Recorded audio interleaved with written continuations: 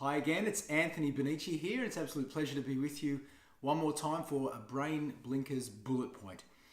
Well, I wanted to start with, the genesis of this little baby here, the Brain Blinkers book, and why it has a brain with some blinkers on it. And it came from my beautiful wife, actually. It's a little bit of a story about the wonderful woman behind the man.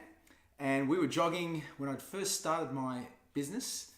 Back in 2005, I'd done a couple of programs and things were starting to get underway, and we had to come up with an idea of a name for what is now known as the Brain Blinkers program.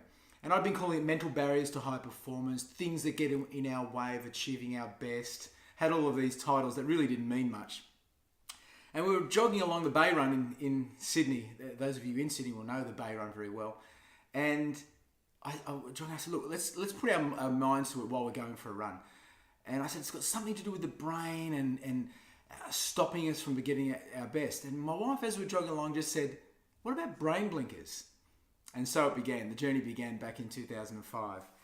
And I guess a lot of people say, why are there blinkers on the brain? Well, for horses, for example, they have blinkers for two main reasons: to remove distraction and to help them focus on where they need to go. Go straight ahead really, really quickly, and don't worry about what's going on around you.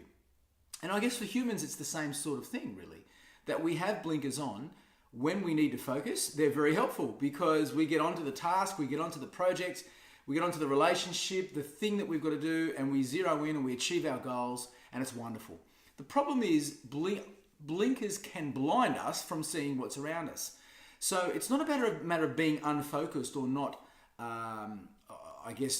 motivated to achieve a specific goal. What we're talking about with brain blinkers are the things that are in our peripheral vision that we're not seeing because we've got ways of thinking or believing that are preventing us from seeing these things. And they're usually from a very early age. And the three blinkers or brain blinkers that we focus on are beliefs that limit you, so limiting beliefs, self-sabotage techniques, and fear.